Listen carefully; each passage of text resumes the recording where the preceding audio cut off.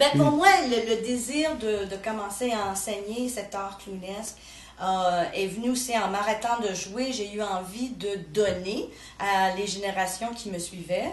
Et j'ai eu aussi envie de remplir, je pense, un manque quand on se retrouve à avoir envie de découvrir cet art clownesque et aussi le théâtre physique. C'est très peu enseigné. On a très peu de ressources comme artiste en cherchant autant au Canada qu'en Amérique du Nord en général. C'est évident que l'art clownesque vient vraiment de l'Europe. Il y a une tradition beaucoup plus loin. Donc, il y a beaucoup plus de choix dans les écoles. En Amérique du Nord, on est à nos débuts. On a quelques générations derrière nous et c'est tout.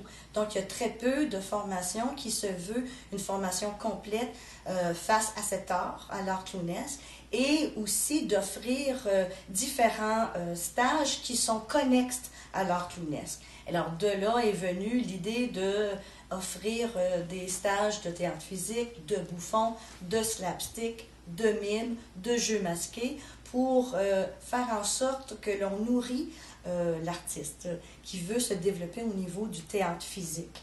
Et c'est d'une grande importance parce qu'en Amérique du Nord, on est un peu laissé pour soi, puis on est un peu obligé de s'expatrier ailleurs.